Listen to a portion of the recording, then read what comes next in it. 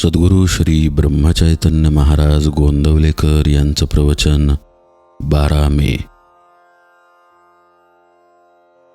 कोणत्याही परिस्थितीत वृत्ती स्थिर ठेवावी.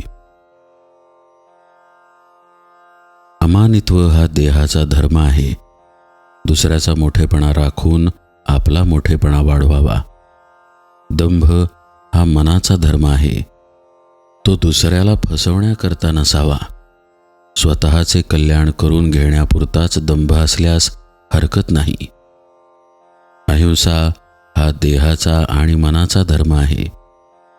अहिंसा ही हेतूवर अवलंबून असते. वाचेने कुणाचे मन दुखवू नये आणि देहाने परपीडा करू नये. दुसऱ्याचे दोष सांगणे हे हीनपणाचे लक्षण आहे. लौकिकातला मोठेपणा एका जन्माचा घात करतो, पण दंभ आणि हिंसा अनेक जन्मांचा घात करतात. द्वेषामुळे हिंसा घडते, म्हणून आपण कुणाचाही द्वेष करू नये. काम क्रोधादी सर्वच विकार भगवंताच्या आड येतात, पण वैर आणि द्वेष यांसारखा परमार्थाचा नाश करणारा शत्रू नाही. स्वार्थामुळे द्वेष घडतो. स्वार्थ जायला नामासारखे दुसरे साधन नाही. आपली वाचा दुसऱ्याला शिकवण्यासाठी आणि मोठेपणा बाळगण्यासाठी नाही. वाचेने म्हणजे जिभेने बोलता येते आणि खाता येते.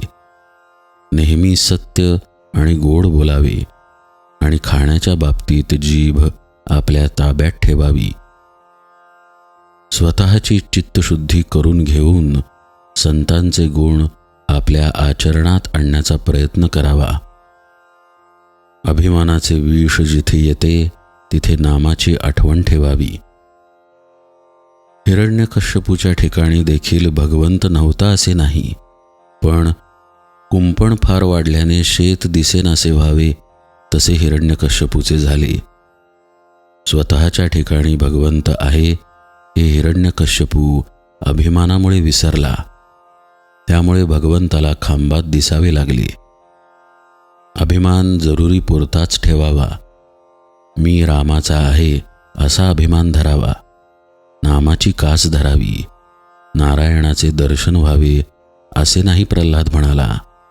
नाम नाही सोडणार असे म्हणाला. लहानपणाची वृत्ती चांगली असते. लहानपणात चूक नाहीच आणि सगळा फायदाच असतो. भगवंताजवळ आपण लहान मूल झाल्याशिवाय त्याला कृपेचा पान्हा फुटणार नाही. म्हणून आपण भगवंतापाशी लहान व्हावे.